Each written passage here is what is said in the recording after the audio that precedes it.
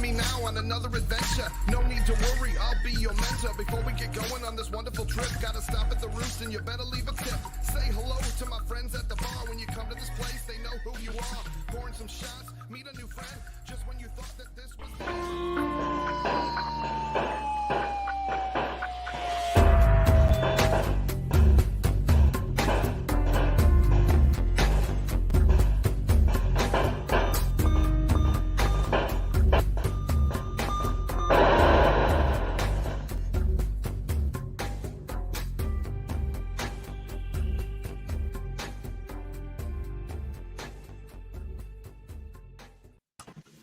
Well, hey, everyone. Ooh, auto racing.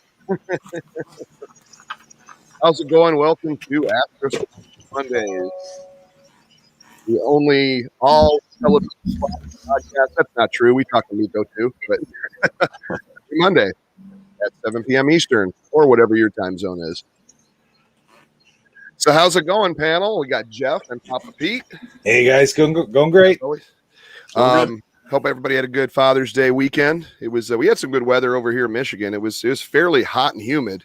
Then it started thunderstorming late at night. We started having a bonfire, but then that got kind of rained out. But it wasn't bad. It was a nice day. I have friends that tell me whenever I start a fire, it starts to rain. So they know whenever it rains, I'm just trying to have a bonfire, you know? Yeah, it seems like anytime I try to do that, it happens too. It was like 98 here yesterday. It was we've had like a week or so of that, but today it cooled off. I think it was in the 70s, maybe 80. Felt great though. Yeah. Very, very good. Well, how's it going, Lance? Christopher? Mr. Dan? Good to see everyone. So I was talking right before we went on air. I got these cards that I don't think I've ever even shown on my channel. And it's Twin Galaxies Intellivision trading cards, and they have a lot of different world records on here. We were kind of looking through those earlier. I found the one. Does this name David Meltzer? Why does that sound familiar? It sounds like for which game? This was for Astrosmashed 2004. June 2004, 797,055. It's number 5 on the list. The top one for Astrosmashed was Rick Fothergill, and it's 4,201,575, and that was in 2001. Huh. I mean, I don't think I'm close to maybe number 3 on here. I've had like a little over a 2 million game, but boy, that's talk about some. You must have been on that for like 5 hours. I was going to say, the time is what I'm thinking of, is how long it would take. Holy cow. But this is some great, and it has like stats for all the games. But look at those. Those are cool. Those are so neat. Yeah. And I ended up getting this, back in 2014. And it was, here's, what's this one? Pitfall, the top one. Well, that was Todd Rogers on top one, 114,000. Which is the first game, right? Yeah, like and Pitfall. Yeah, that's.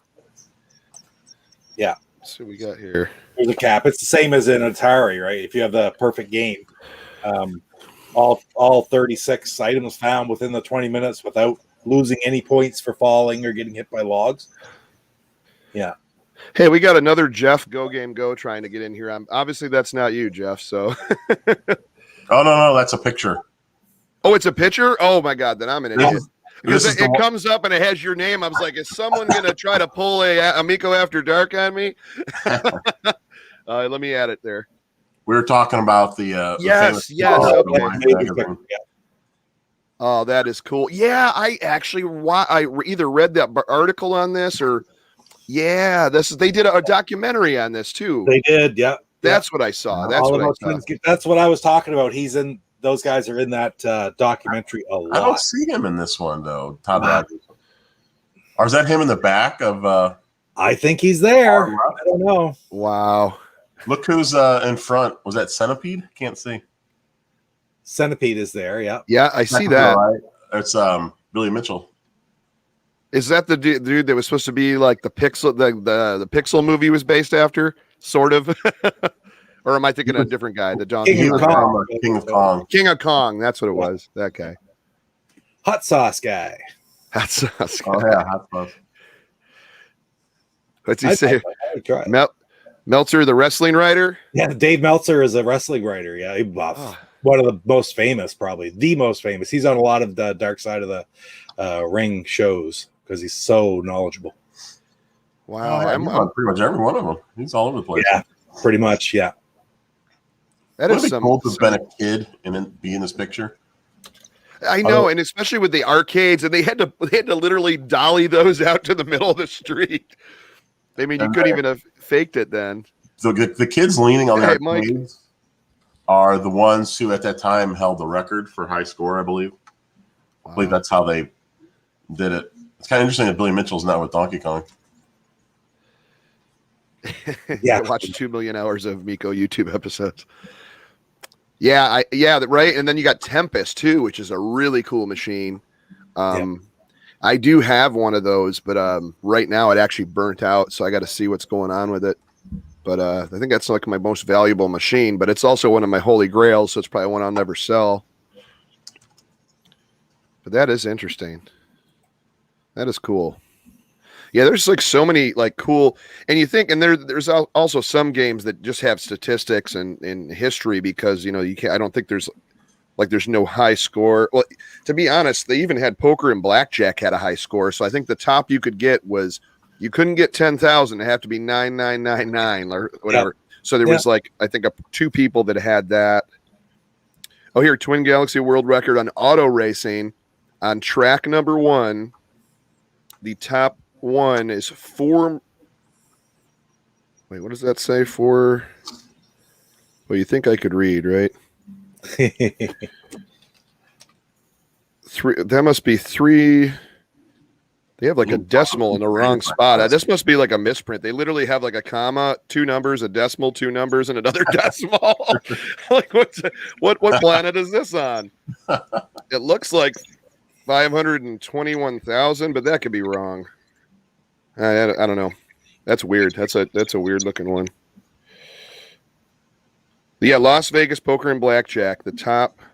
Yeah, there are 2 people at 9,999. But anyways, not going to read all these. But yeah, I just thought they were kind of a cool thing that I found. I love that. They're great. How many different cards are there, Chuck? There is. Oh shoot. I wonder if it says. There's a lot. I mean, it's a good stack. I had never even really counted them, but it's not all of them. It's a little stack, and I think they originally were going to do another set, and either I didn't follow it or get the other set, but this was the first one they put out, and this was 2014. But it looks like it's most of the main games. I mean, there's Activision in there. They got Tron Deadly Discs. That would be a good one. That's around 10 million, isn't it? Oh yeah, you got that absolutely right. Randy Saunders, 1983 in February, 10,941,400. Wow. Yeah. And man, and one for B-17 bomber. And there's only one person, Matthew Otzberg, September 83, 8,490. That's a lot of points in that game because you can't score them that fast. Right. I mean, when you see it, everybody goes, "Well, that's kind of low." It's like, no, it's like, well, even Night Stalker is similar to that. You don't get a super high score on that, but if you do, you're definitely dealing with that invisible robot and running around that maze because he's blowing up that bunker at that point. You've got no bunker playing that one. Oh man! Oh yeah, that's the Cotton Collection's coming. That's coming out on Switch, or is that on everything? I think it's on PS4 or PS5. Oh, it is. I pre-ordered that months ago. I don't know where the heck it is. I want to get the what was the other one that I was trying to think that was coming out? Was it there's a Castlevania one that's already out. There's a Contra. The Contra collection, that was one, and then there's the one that has a. They're both $5 right now. Really? Yeah. Oh, on the shop. Yeah. Digitally, they're $5. Yeah. See, I had Cotton on the PC Engine, so I really enjoyed it on that. Yeah, $20. Okay, that's pretty cool. Mr. Retro Bro, how's it going? Hey, Retro Bro. So I thought we almost had an Amico After Dark slip up with someone, and then I didn't realize because I don't have only streamed a few times, and Jeff's like, no, I'm sending you a picture, man. I was like, it has your name on it, but it's not you. I didn't want to have anyone showing anything we shouldn't have. But anyways, good to have you here. Anyways, let me pull up my topics because I've already forgot them. So now this is going to ask kind of, and Jeff, I'm hoping you at least started playing a couple of those games because you have over 40 games now. I was wondering to see what you currently have played yet or tried. None, because I've told Pete we're hopefully moving in the next couple of weeks. Oh, that's right. So I'm not unpacking anything until we get there. Once I get it set up, I'll have that hooked up, and that's cool. I'll be good to go. Now, Pete, are you currently playing anything on Intellivision? Oh yeah, absolutely. I okay. Got sort of after last week, I got a little bit of a bug to play Tron Solar Sailor because I want to get through that again and beat it again. I haven't done it in a long time, and I could do that on the Ultimate Flashback, so I should be able to capture it too. But man, it's a frustrating game, and those recognizers start coming out. Yeah, and it takes persistence because you almost have to have a lucky string. Get jumping. Once you get to the inner part, I just want to beat the thing. Once I get to the MCP, I'm pretty confident. But man, it's hard to get to that point. Yeah, I never spent that much time on that one. That was one I never had growing up, but I ended up getting later on. And it seems trying to get on the right track and getting to just avoiding stuff. It just seemed it's a little harsh of a game to get into. But I mean, it's still cool nonetheless. But Deadly Disc has always been my top, though. Yeah, I've played that so much about that. This, I love it. It's my favorite game, Deadly Disc. But I turn that on. It's one of the ones that and AD&D, and I could really give any given day. I could flip flop between the two. It all depends on your mood, I guess. But there's so many other games that are really fun to play that you got to sort of revisit again. And Lance is talking about Vectron in the chat there, talking about how Paul Nerman should be on the Vectron card for the world record because there aren't many high-level Vectron. There you go. Right? And he talks about Paul Nerman, who does like the game, and I like the game pretty much too. And I can remember way back when I got to like the 9th or 10th level in it once. Wow. That is really impressive. It's next to impossible. And then you turn on play it again, and you can't get past the 3rd level. I don't think I've even got past the 2nd. I got so frustrated, and that's when you have to read the manual because like you can't. It's not when you pop on and go, oh, I can figure this out because it literally is just stuff all over that screen, and you don't know what you're controlling, what you're shooting. Yeah, and I really have to actually revisit it. Like mine's still in shrink wrap, but. Yep. I keep promising. I'm like, I make teases on the channel all the time that like, oh, we're gonna do this big in-depth thing on Vectron, and then something cuts me off. And it's a struggle. I need to try it. It's so difficult to aim properly with the disc to shoot when you shoot off the bottom like quarter of the disc, the 8 different angles you can shoot from, and you aim one direction, it's always off a little bit, and it's. And what is it? So you got like basically that's almost like a reticle or something that you control. Is that or you highlight? You have the V in the middle up top, and you shoot out of that V all the time, downward angle, and it's on the disc. It's only at the very bottom. And you tap. The direction that you tap is which direction that the bullet comes out, and then of course you have to plan your strategy with all the nasties going around and getting. Hey, Geeks with Cash, and getting what's happening, dude? Those energy packs. And energizing your reticle. Well, it is a reticle sort of where you're aiming, kind of. You don't aim towards that block that's there. That is what you're trying to fill in the pattern that's around. Gotcha. So okay, so that around. Then you can still aim wherever, shoot wherever, but you're trying to fill it in by hitting that block when it's over a certain spot to fill in all the little rainbow balls. Right. Yeah, I knew it was like something you had to fill in stuff, and and I've seen videos of other people playing it and stuff like that. And I go, man, if I kind of get it. Looks like it'd be kind of fun, but then like I really do have to get into it. And there's so many games I haven't, got into playing a ton. And most of the Intellivision indescribable. It really is. Is there any game that you've actually really never got into from Intellivision, like you own but you never? Like my Vectron would probably be my closest to the one that I'm not so much familiar with. I'm trying to think. I don't know. Space Hawk. I'm going to say Space Hawk. Oh, Space Hawk. That's true. I played a lot when I was a kid, but I found it very difficult, and the controls a little frustrating as well with the aiming. Yeah. And of course, you can actually, within that one cartridge, you can adjust the way that you move your man. You can have like direct aim, meaning if you're facing in one direction and you hit the opposite side of the disc, he'll just flip over to it. Oh, that's or cool. You can set it up so it rotates around, sort of like in Asteroids. Yeah, that would be actually a lot. To me, that'd be more comfortable, I think, too. You would think so, yes. But I mean, yeah, I played that a few times. I got it later on. But I actually enjoyed it. Like we were talking last time, it's kind of that, it has that Astrosmashed kind of programming to it, that Meteor programming. And so I don't know, it's a fun little game.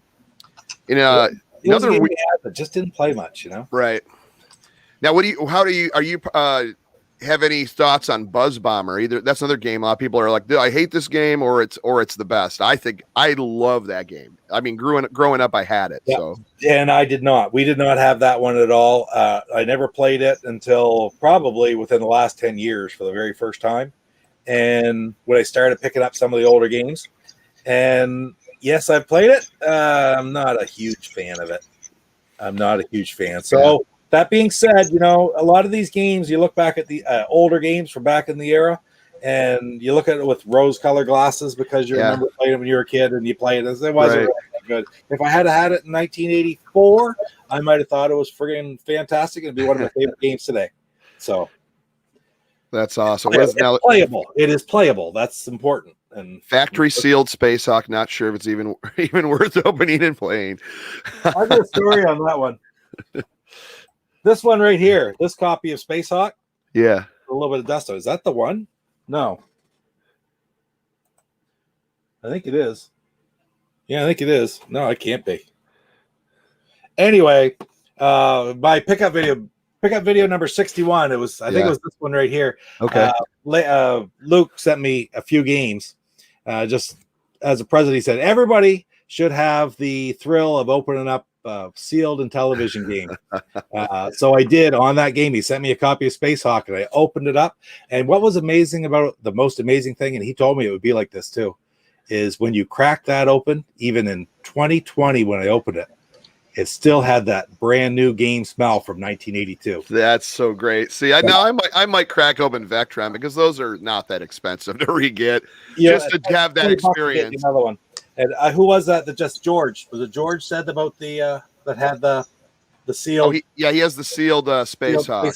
They're available. It's certainly not worth enough, even sealed state, not to enjoy it. If you're only not opening it because I think it might be worth something. Right.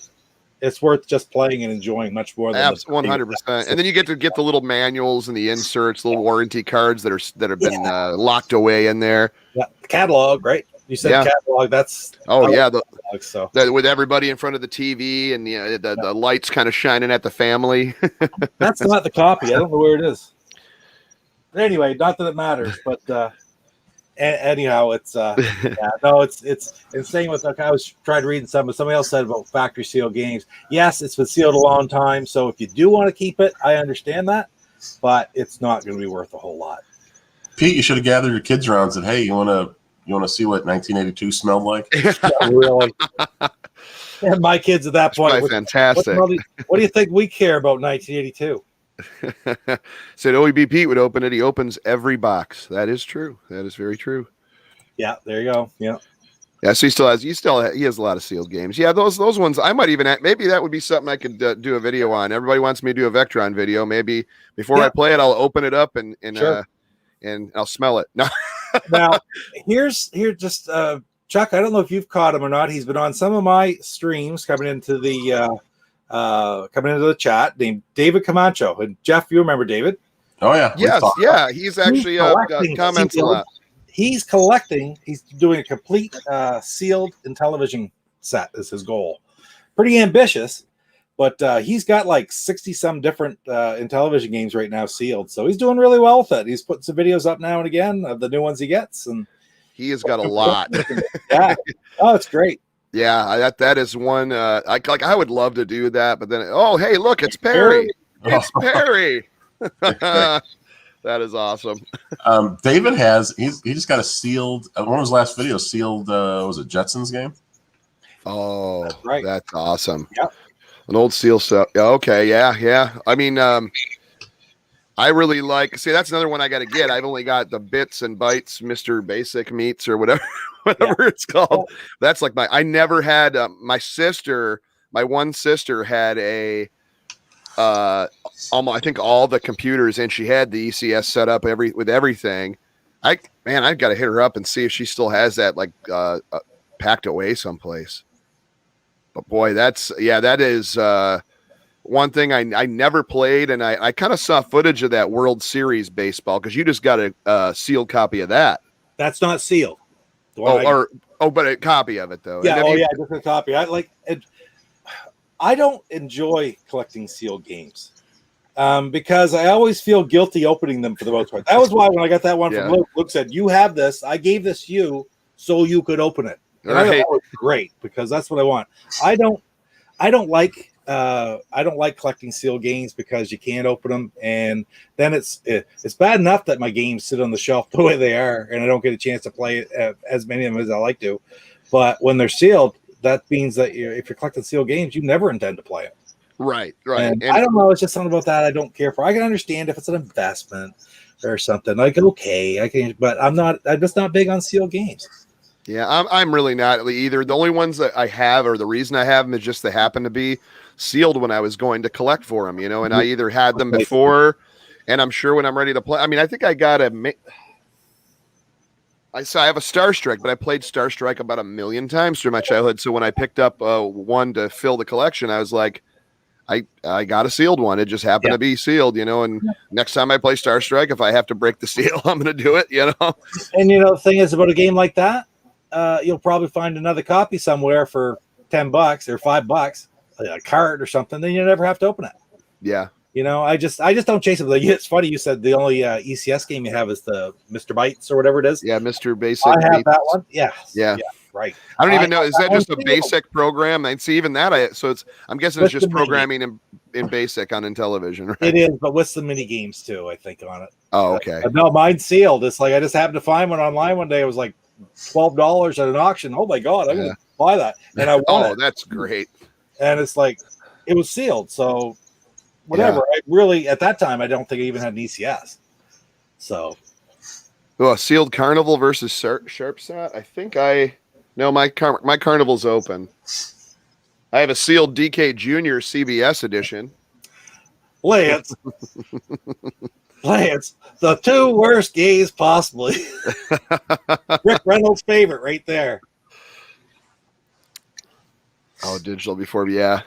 And that's weird because I'm such a collector and love stuff on my shelf. So even with the Nintendo Switch, I'd rather even if some games are like $5 or $4, I'm like I'd rather find the box copy somewhere and purchase that for $10 or $15. So that way I permanently have it, and I don't know. I guess that's just the collector in me, more or less, than the gamer. So kind of two different sides of it, I've done that several times with the Switch, where I've pre-ordered this physical game from a limited run or some other company like that. It doesn't show up for 4 months. And meanwhile, the digital copy has gone on sale for like half off. I'm like, but I'm just going to buy it. And then like Streets of Rage 4, I've got that back here sealed up because I bought the digital. And you're playing that, so you got. So I just play that. That's actually not too bad of it. If it gets to the point, because right now there's one more day left in the Switch eShop. It's like they have a whole featured section of things that are $4.99 and less, and around there. And I'm like, man, I could get all the sealed ones. It would kind of be worth it just to throw $5 for the digital and just never have to open the box. Precisely, yeah. I've got the shooter. Was it Vasara collection on Switch? I've got it in box, but it went on sale before I opened. It went on sale for like $1. Wow! So I was like, all right, I'm just going to buy that then and leave it. Yeah, I saw that Metopia looked kind of interesting. I guess they have a free demo going. I haven't kind of dived into that either. Yeah, I really liked the game. The demo sold me on the game. That's pretty cool. It's a simple RPG. It's fun. It's goofy. Now, it's obviously it's online, so you could see like your friends and stuff in there. Like if you were walking around in there, would it have like an avatar showing that that's you, or would it? No, it's not like that. What okay. you can do though is you can, like if you got it, because we're friends on Switch, you could come over, in your game, you can go to the me section and go to like my friends. You can click on me, and then you'll see all the me's that I have on my system. Right. And then you can just click on it and download all of them if you want. And what's cool about that is I've found by 100 or 2 or so me's from other people, because if you do some me's, you can get an access code out. You just type it in, and so some of the cooler me's I've gone through and I've grabbed. So now anyone who's friends with me can go and grab them. That's pretty cool. Yeah. And in the Pac-Man 99, like I love playing that. It's like stuff like that. I really hope something like that comes out for Intellivision and Amico. Like it doesn't have to be like Pac-Man 99, but I mean like something like a Namco license, like a Galaga, or a, could you imagine like a cool, I don't know, like I don't want to say 3D, but just kind of a cool remake, kind of like Astrosmash, like Night Stalker looks. They kind of kept it kind of retro looking, but kind of that top down kind of look with the walls kind of moving. I'd like to do something like that with like Galaga would be sweet, or another Pac-Man. I mean, another maze game, but I think that would 99. There it is right there. That's going to be the hit of the year. Everybody playing Vectron, but the thing is there not enough people would sign on to have 99 players. I'm kidding. How many different Intellivision systems were made? Hey, this is a great question, Lance. A lot, to be honest. The ones I know of, and if you know any more, I know there was a Sylvania Intellivision. There was a Tandy Vision by Radio Shack, the Sears Telegames, the original Mattel Electronics Master System, and then the Intellivision 2. And then so that's 5. Then you had NTV System 3. That would be number 6. And then Super Pro System, which would be 7. And there's a Bandai system too, and that would be 8. So that's the only 8 I know of, unless there's something else. There's also, and I think it's but there's definitely an Arabic edition. That would be great to get a hold of. Yeah, they're extremely, extremely rare. But I bet pictures, Yeah, but I think you hit the nail on the head. I can't think of anything more than that, really. I mean, and they're all basically the same system. Oh yeah. They're all. I mean, they're all basically going to do the same, except the Intellivision 2 couldn't do the Coleco, right? The Parker Brothers. No, it's not the Tandy. Is it Tandy Vision? No, Tudor Vision. There's a Tudor Vision system as well, which is actually it's got some more highly advanced boards and circuitry on it that will do other things. And it was more expensive. I don't really know a whole lot about it, other than the fact that just the other day I was wishing, if you have one of I believe it's the Super Pro systems. Yeah.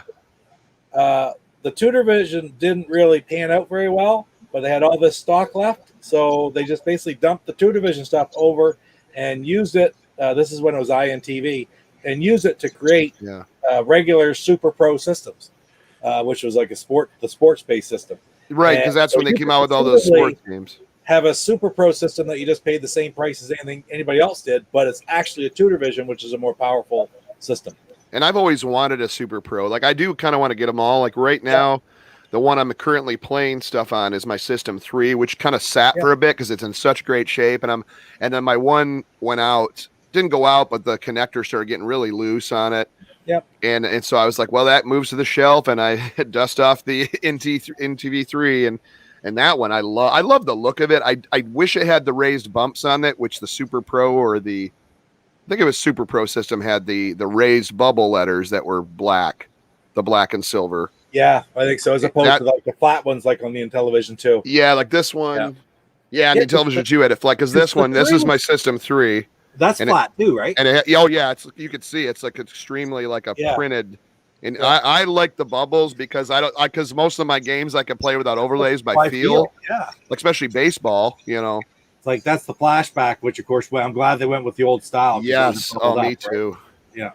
The answer: eating Eating Control 5, is that right? Eating paste. Eating paste. There you go. Such a great name. Yes, they were all official and licensed. Everything that was out like that. So it was just different licensees that put them out in different countries and different retailers that had their own special versions. Yeah, those. It's just amazing the history of this original system. But that's all the same system for the most part. You know, right? They were all the same thing. There was not like Intellivision 1, 2, 3, PlayStation 1, 2, 3. No, they're not. That's not.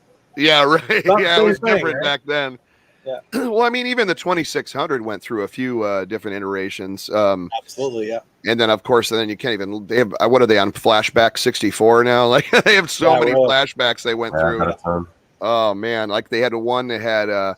You know, what's funny is I ended up buying an Atari Flashback because it had a Frogger on the front cover, and I was like, "Oh, great! I get to play Atari Frogger because that's the one I like." And I don't know why they did this, but on that certain version, they put the arcade version of Frogger on there. I'm like, no, I bought it to buy the Atari 2600 version of Frogger, but yeah, it was kind of weird. Did you ever see the handheld Atari Flashback? Oh yeah, the one that's just the controller. I used to have one of those. Just a controller, yeah. Yeah, and it had reset and start and game select like on the controller on the side. But a set of Intel E269 Super Pro console faceplates, the shiny. Okay, bought them. Okay. Oh, just so you could like swap out and put it on a console that had like some dented up ones. That'd be kind of neat. Now they had the original Intellivision office. Intellivision Lives office, I should say, that Keith Robinson was in, and of course Steve Roney was still there. Now he is supposed to be moving all of that to the Intellivision Entertainment offices as well. Okay, and but the stock they had there was incredible, the old stuff. Like they just have boxes of stuff. Oh, there'd be some plates, the shiny face plates for Super Pro. Yeah, but it's amazing the stuff. That's where I have a lot of autographed television games. By hitting up Steve, said, "What you find this week?" You know, I found a copy of Poker and Blackjack autographed by David Rolfe. You know, I got Checkers autographed by David Rolfe. All stuff that he had there in the office, right? I would have loved to just be there going through, just be the person that has to go through those boxes. Yeah. Oh man, it'd take me 2 days because I'd be like, "Oh, look at this! Oh, look at this! Oh, look at this!" Well, just seeing all that stuff. That's why he has have you noticed if you go to eBay right now, Blue Sky Rangers, he's got a lot of auctions on there now. Yeah. And it's stock that he's selling from the old Intellivision office. I'm really thinking about picking up one of those spikers too that they're reissuing, like those Blue Sky Rangers versions. I'm like, because I got Slapshot Super Pro Hockey, and I got was it Land Battle, and I don't know where my other ones. I have a few different ones, and I've actually bought. They also auction off, like you were saying, a bunch of old stock too. So I actually got some games from Blue Sky Rangers eBay page, and so it's kind of cool when you see them on. You're like, oh, you at least know that they're selling this with love. They're not going to crush it. They're because they send it all nice in a good box. Because my worst nightmares on eBay, like I ended up getting a which it wasn't much. It was the red copy of Space Battle sealed. Yeah, and I was like, oh, I don't have a red copy of Space Battle. I'll buy that. And then it gets shipped to me, and it's literally just smashed flat. And I was like, "Well, it's crushed and bent." Like, I'm like, "What they do? Play football with this?" Like, and they just put it like in a soft, in a soft envelope too. You know, and I'm like, or a little padded. And I was so mad. I was like, "Well, this is worthless now. I mean, it's not. You can't even display it. Like, I guess I could use the cartridge, but man, it's like I thought. It looked like they just stomped all over it." Where is it? No, it's in one of the boxes. I haven't got it out yet. Frogger versus Frog.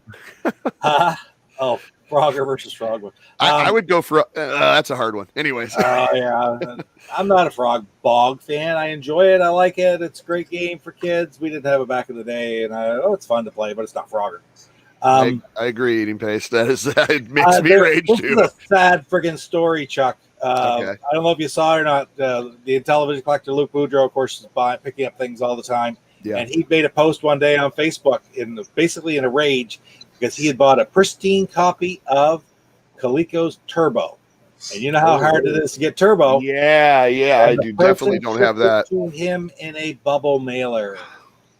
And it was flat. Yeah, That can is- you imagine? Like, it's one thing to do a copy of Poker Blackjack. Hey, Pete. Hey, Pete. But for Turbo, That's, a yeah, friggin- right. Yeah. Well, that's what I was saying about Space Battle. It was, I think I still, or do I even, I don't even think I have it up here anymore. Yeah.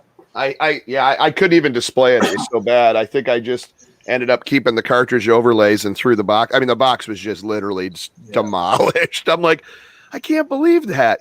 I ended up buying the Turbo from Luke, so that's the ones in my collection. Oh, you got, so you ended up getting it?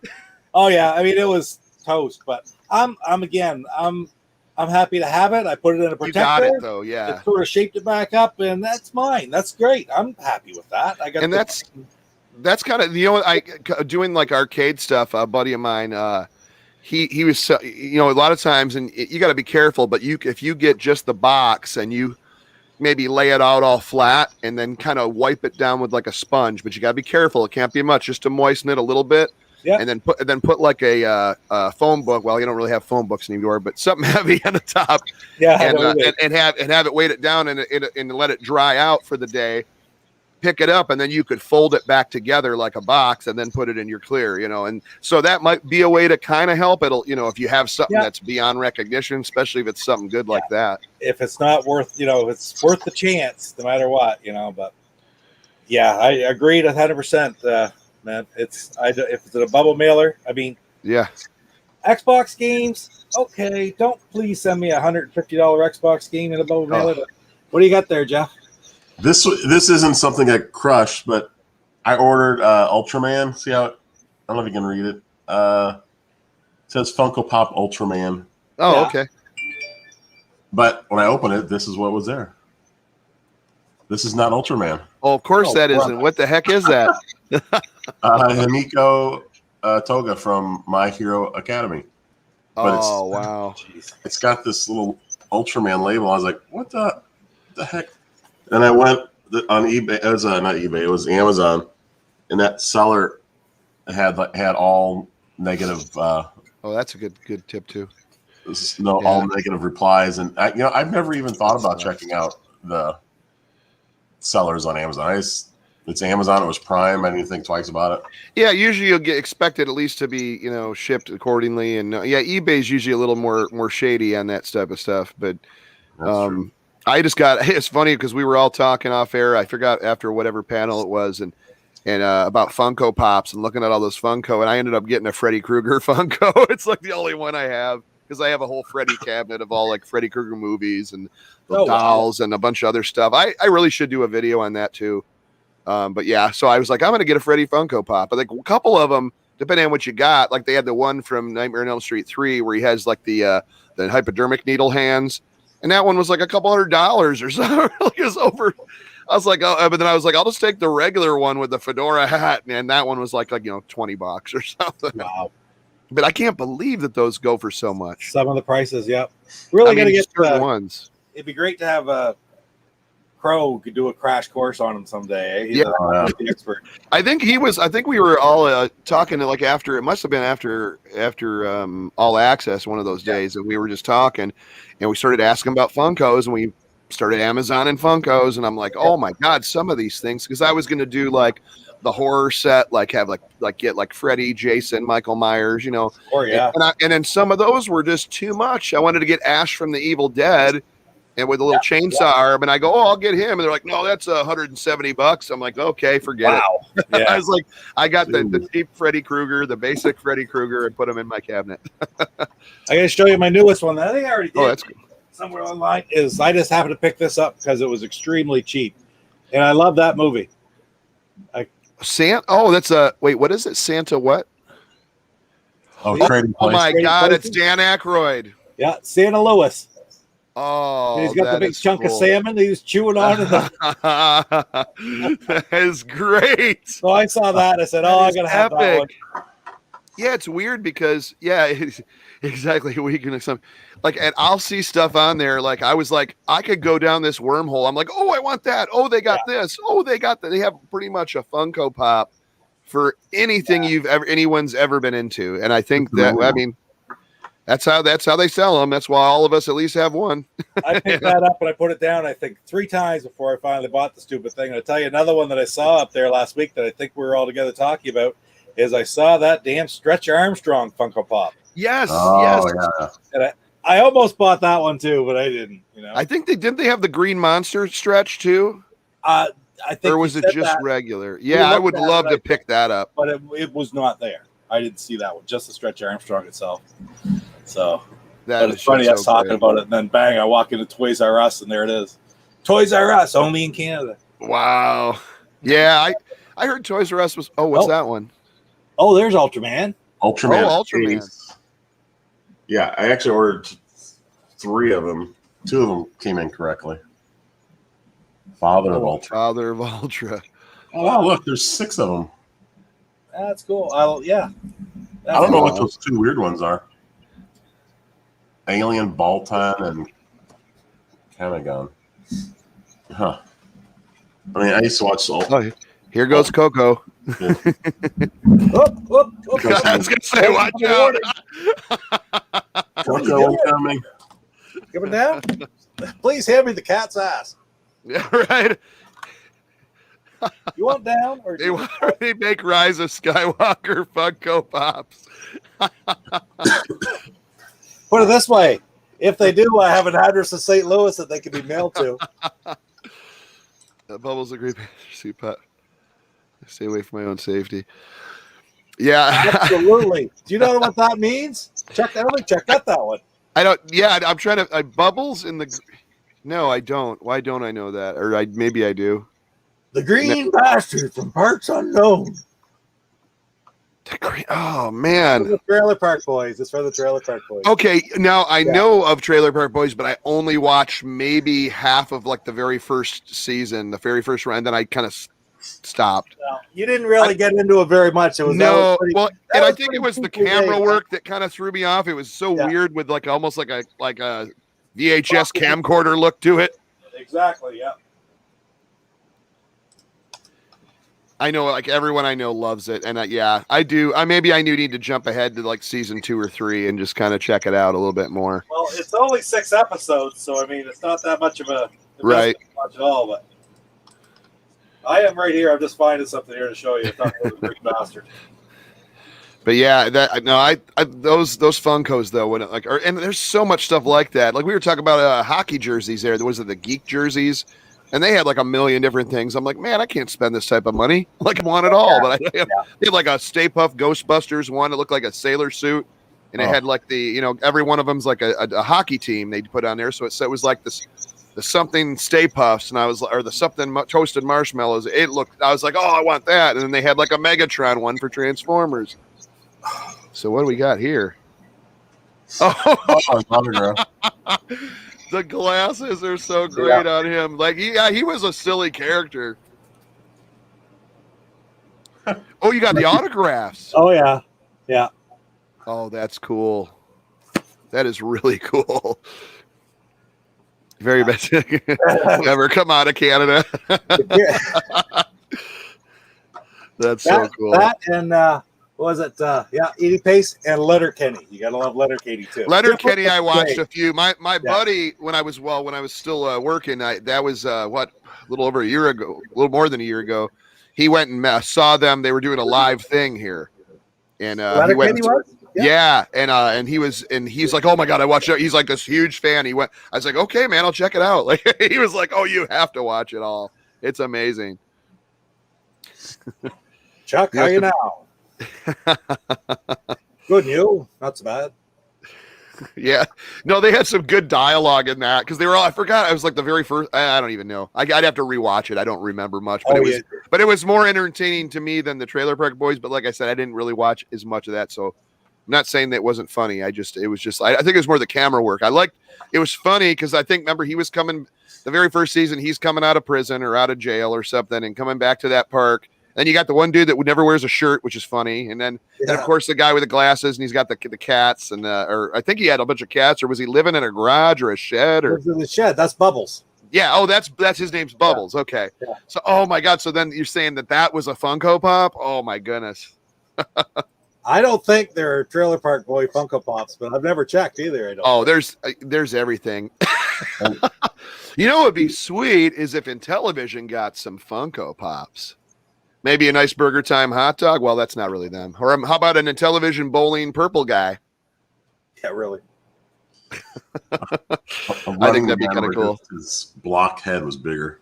Oh, I was doing something. I did a video today. I just put out that I was talking about my favorite Intellivision characters, and my first one was the Intellivision bowling ball. I go because it was the oddest thing. It was the oddest thing that I'd ever seen but I loved it. Like I wouldn't change it because everybody's like, well, that looks like a football. I'm like, oh yeah, the Stewie head. Yeah, I go, but it always helps you out in a pinch, man. When you just about to brush that pin, but that little corner hits it, you're like, oh, maybe you didn't want that to be round. You wanted that football. Maybe that was the first foaling. You never know. So I like how after your first two, you said, so far I've had a bowling ball and a voice. Yeah, right. And then, of course, the Good Morning Commander computer reporting, one of my most favorite lines from Space Spartans. And I just thought, oh, yeah, that's kind of what I'm going into on this was just how great the sound effects, music, just everything about that system is one of my, obviously it's my favorite, but yeah, Shifty ID, perfect. That's a great example. Oh, that would be great. There you go, Chuck. All right. I know this really is you and it's not someone trying to enter a stream. That's right, I'm learning, guys. Well, oh, and he's got what's this? What's that guy's name with the new shirt where he never wears a shirt? Randy Bobandy. My buddy always says that because he comes working and he was working up in my attic and he goes, I got to take my shirt off, pulling a Randy. And I go, huh? He goes, Randy from Trailer Park Boy. I was like, okay, now I get it. That is awesome. A couple sausages into that cheeseburger locker. Wow. This was at a casino. Yeah, up in Moncton, New Brunswick. Yeah. Yeah, after the fact. John Dunsworth passed away, Mr. Leahy, there about 2 years ago now. Oh, wow. It's sad, yeah. But there still goes strong. That's part of the reason that now on Netflix, they've done 2 seasons, I believe, of animated. Yeah. And they still have him in it with a lot of the voice work he did over the years, right? Which is actually the animated series has let them do a lot of things that they otherwise wouldn't be able to do. So that's true. Yeah, I did see they had the cartoon. Maybe I'll have to check that. And it's all their voices still, right? Oh, yes. Yeah. It's all them. And even Leahy in it, who is a ghost in it. But it's his voice, right? Oh, that's so cool. Yeah, it's really good. You got to give that show, it had its ups and downs like any show does. But if you get through the first season, it does get better. Like so many other shows. I'm sorry, but most sitcoms are like that. The best ones aren't necessarily the best in their first season. Right. That's very true. Is MASH. MASH, you still to this day, some of the best shows are in the first season. And WKRP as well. But most take a little bit of time to sort of build up that cult following. And it was really at Trailer Park Boys' 3rd season before anybody even realized it existed, and it exploded throughout Canada.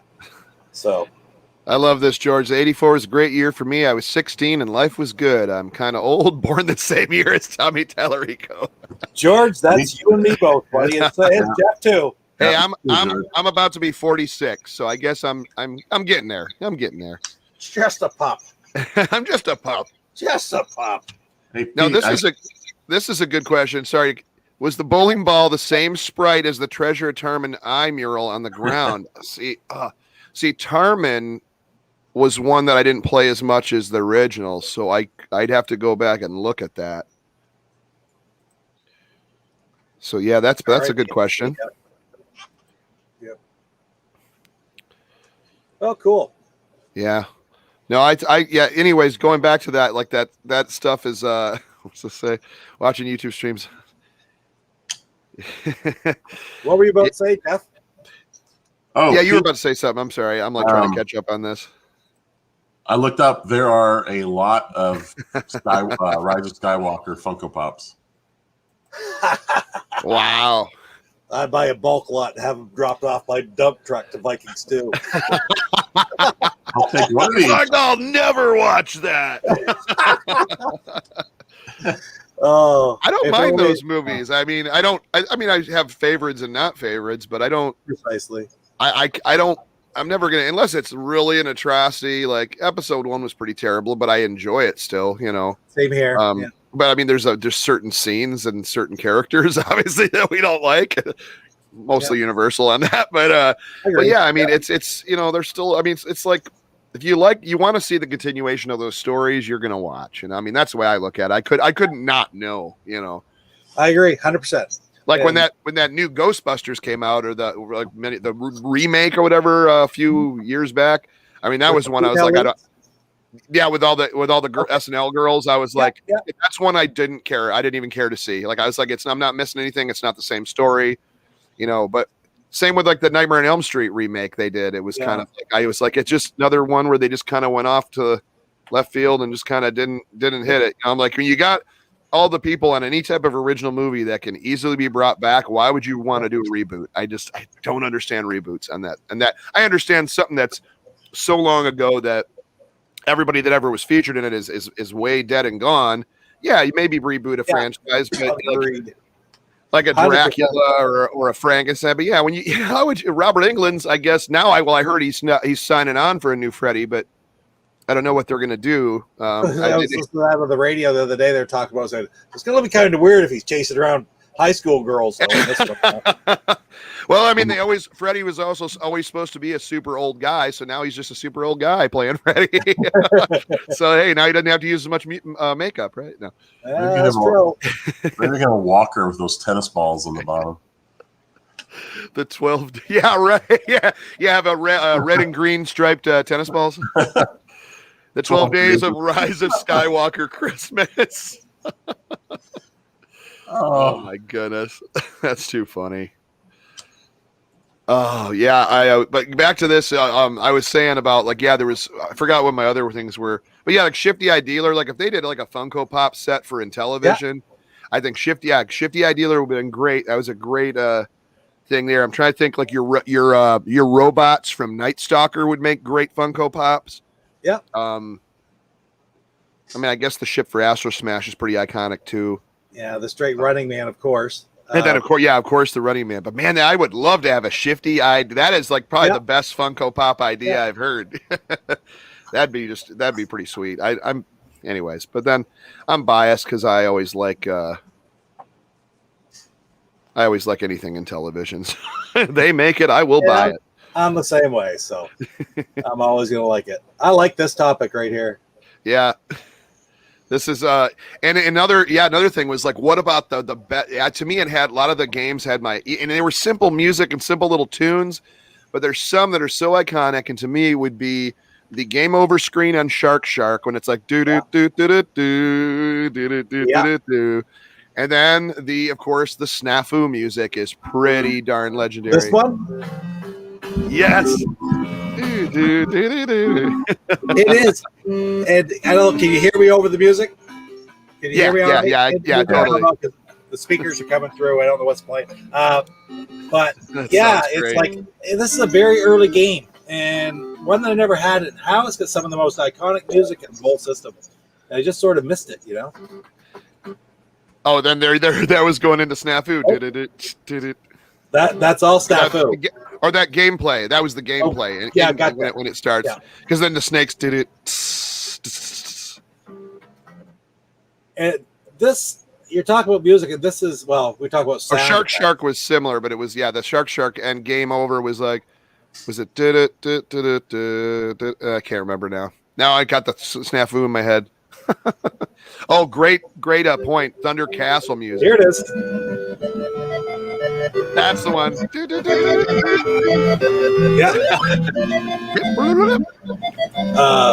Paul Nerman does such a fantastic job using the sound effects in the Intellivision Aries podcast.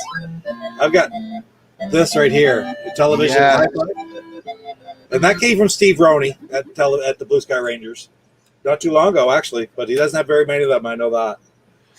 Yeah, I think I've seen those on eBay still, though. But I should pick that up and just download it on my computer or something. Like, it's 21 tracks. Not all of them are music like that. This is probably the one that I found 15, 20 years ago. And Yeah. I've always loved the most. I use it once in a while. It's that My Intellivision. I don't know if you can hear it or not. This is the one off Lives, right? Yes, Intellivision lives. Yeah, Because they if you keep the music options on, this will play kind of yeah, because it's My Intellivision. right. I love this song though. I mean, Michael Schwartz, but Yeah, I love it too.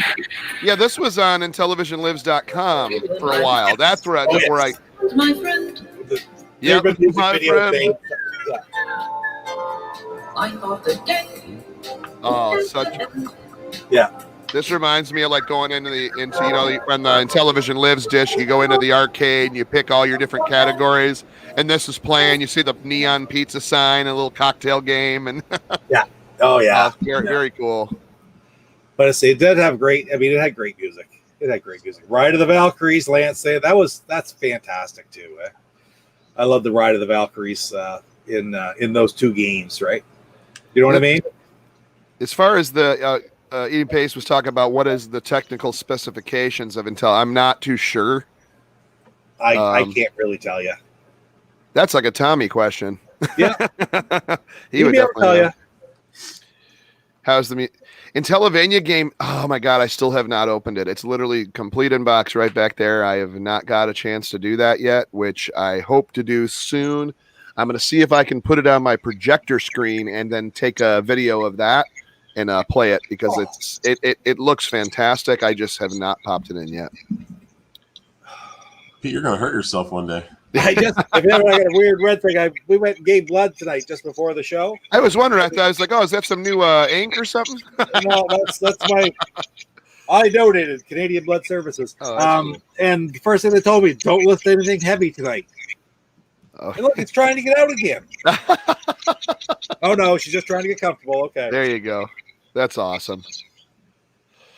I was trying to find the Ride of the Valkyries, which I have on the sub hunt from the 125. So. Oh yeah. There's so many, like, there's a lot of games I really do need to like kind of dive back into. But like we were always telling Jeff, when he goes to play some of these games, like the manual is very helpful when you go what and you don't understand what's going on. Like the bowling, such an amazingly complex game, but in a good way. And then, yeah, Vectron was one that I popped in, didn't even give the manual a chance. But then people are like, no, you gotta trust me. When you know how to play it, it's gonna be a fun game. So I might have to do an opener on that one. Yeah, it's kind of funny. Bowling's one of the first games I want to try out when I hook my system up. Yeah, of course, Astrosmashed. Well, you played Astrosmashed on like emulator, right? Or on Xbox or something like that. Yep. I love that game. And I'm trying to think of you want me to share this one? Is that what you're pulling up? Oh, you just. Oh no, I didn't. I just. Okay, I just saw it. Just let me know. I'm sorry. I still have my screen shared. I'm playing with it, trying to get the other. But so, if the sound. I'm trying to think of other ones. There we go.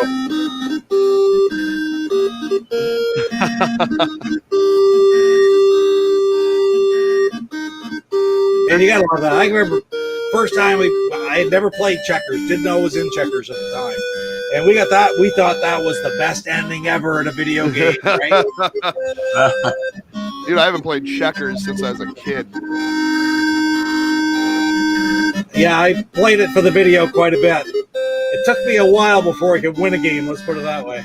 I always wanted to try Melody Blaster because that was another ECS one, wasn't that? The Melody Blaster? Yeah. And now that one you had the keyboard as well. The keyboard's expensive.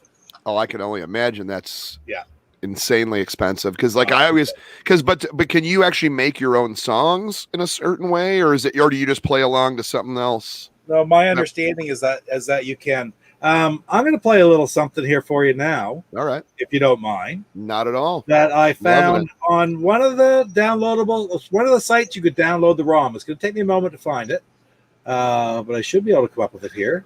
Yes, Lance, the hockey thump sound is one of my absolute favorites. Boom. Thump. And I love when that little character flips and he just kind of land like. Yeah. But every Who time just you hit do me? it, you have a big pause right afterwards, waiting for the whistle. Yeah, because you went. "Duh." Got away with it. Right. Got away with it. Don't. Oh, as a kid playing both sides, I would just thump them until they both were in the penalty box. Yeah. Yes, the dragon. Oh yeah, this, and then of course the sports, the cheers, however I can't even do it. Little whistle and the that is, and in every it's in every game. It's in bowling. It's in football. It's in everything. And then the dragon roar from Cloudy Mountain was scary loud on the TV. Yeah, and of course, oops. Hey Jeff, and hello, Commander Computer reporting. One of my favorite iconic things for Space Spartans. That is awesome.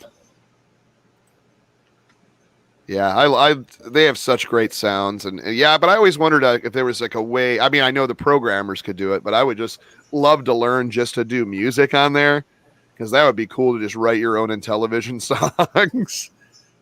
I would do that like every day, man. Just have a frustrating day, sit down and build an Intellivision song. Hey, Chuck, you mentioned some of the sounds were used over in different games. Yeah, like the crowd cheer is almost in any game that has a crowd. It's pretty much the same. Do you think the same guy was programming those games, or do you think they were sharing them in the office? I think something like that. I think they would share, but I could be wrong. But I know I think it's anytime you got a goal in hockey, it had that a strike in bowling, home run in baseball, touchdown, and it's any sports games where you score. I'm pretty sure, did basketball have that as well, Pete? I can't remember. Did they have the whistle and the crowd cheer? It had the whistle in the crowd, I believe. It didn't have anything like a thump because there was no reason to. But I that's another one of the games that I played extremely little. We didn't have it when I was a kid. Just baseball, football, hockey we had, but not basketball. So football's another one, boy. Like you got your playbook, your manual. Oh, yeah. That's one you definitely. It was detailed. I like this. To be honest, I love the Super Pro Football, which I ended up getting. Super Pro Football is one of my favorite games, and I'm not a big football guy, but like every Super Bowl party, I go to my cousins. Until one of my controllers went out. I would bring my flashback, and me and my one cousin would stand in a corner and hook it up on one of the TVs, and we'd play a whole game of Super Pro Football, and so much fun. Share the screen and we'll take a look. This ROM actually opens up. This is just a video, okay? This is not. You can get the ROM and you have control, but we'll play this. I think this is the version, the original version. And there's all the different songs that will be playing. We'll program these all in. Wow. And I think this video is just going to play one of them. Then I'll play you a little different video of something I've done with it. Oh, no.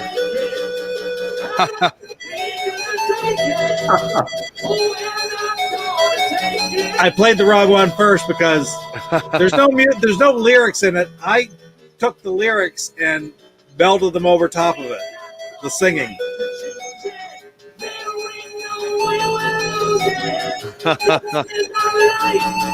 And I will pause that just so you don't get it. That is so great. But yeah, I actually put the lyrics onto it. I wanted to play the one without the lyrics because that's just something to play with. But is that a website, Pete? That right there is actually a ROM that will play on the original Intellivision. Oh, that's so cool. Yeah, I mean that's amazing. And there's 6 different songs there. Where's one more? I'm gonna go up a level. And okay, so like here, this will be just the music. Okay. Jesse's Girl. Wow. Eventually, it will be anyway. Here we go. So, was the Intellivision capable of playing music and good sound? Yeah, that's pretty freaking good for 1980. Well, 1980. Yeah. That's unbelievable, man. Yeah. That's so awesome. Yeah.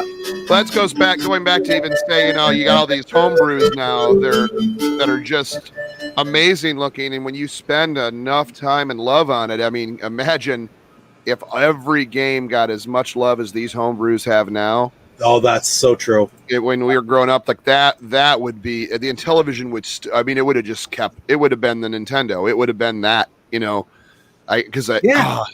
you see some of these games and the music, like you said, the music is if you sit down and take the time to do stuff like that. That mission, just what a machine that was such ahead of its time. And I know people, the main thing gripe on Intellivision is their controller, and they're like, oh, I don't like the controller. Controllers are crap, and blah, blah, blah. Because that's anytime you see someone dogging on it, that's usually what it is. It's what you get used to. I always hold it up, and I hold it like this. Exactly. Right? I'm going to hold the Amico controller like this too, and I tell Tommy that because there's your buttons. It's what it has to be. These will be the buttons. But, at the end of the day, it's not the Nintendo controller. This is what became the Nintendo controller, because this was the first one to put a disc on. That was the D-pad. All Nintendo did was turn it this way and make less buttons on it. That's all Nintendo you're right. did. Right? The orientation is that they changed. So this is the original gamepad. Yeah. Right here. Yeah, I enjoyed this gamepad. I really did, to be honest. Yeah. It's one of my favorites. My fingers would get sore with it. Everybody's fingers. Oh yeah, well, especially the side buttons, like holding in the button for bowling. Like after a while, when you play bowling for a couple hours, like I will, I'm like, oh, my fingertips hurting because you have to hold that in until it gets to where you want it, and then let it go. Exactly. That's why the NES took this model and improved it, and then the SNES took the NES model and improved it, and everyone up to date takes the previous model and tweaks it and makes it better. But it all goes back to is the Atari joystick, the joystick style. This was the first one to jump away from that joystick style. You're right. Yeah. And ColecoVision followed right afterwards with the same orientation, but the same style, and then Sega Master System and Nintendo just turned it sideways. That's all they did. Oh, this is so true. The Advanced Dungeons and Dragons, counting arrows. You'd have to know how many arrows are in your quiver. Yeah. It's just like stuff like that, though. You wouldn't know unless you were read. That's another thing. It's reading those manuals, which is, and it's not like they were super complicated. Never had a problem with the gamepad. Yeah, exactly. That's right. Yeah, that's what you're saying. But that's and it does go back to where, what you grew up with. If you didn't grow up with this, of course, maybe you're going to hate it. I guess. Yep. But to say like the Amico ain't going to be fantastic. I already like it. Whatever way you friggin' want it, and it's going to take all the uncomfortable parts about this disc, and they're making them comfortable. Yeah, they're making it raised up. You're going to be able to. It's not going to tear up your thumb. It's not going to have that the ridge, right? Because right here you press down and you got that ridge, so your finger's getting on that edge right there. But then on theirs, it's like up here. It's almost like a not really, but it's it's like a giant flat version of like an analog, but not really though. But just it's right. It's risen up like that. It's like the rise of Skywalker. You remember as well as I do. There were different times when you stopped playing a game when you were a kid, and you go, and you'd look, and your thumb would be like half, just as index down the middle of your thumb that was like totally an hour and a half. So eventually it let loose again. Yeah, because I'm System 3 is a little more forgiving than the original, but again later. Yeah, you get that indentation on your finger. Oh yeah. But anyways, I think we're at an hour, so we're a little over an hour. Very good. This should always be the outro music right here. There you go. Perfect. Well, thank you everyone for watching. I appreciate it. We'll see you next Monday at 7 p.m. Eastern Standard Time. Check your local listing for your standard time.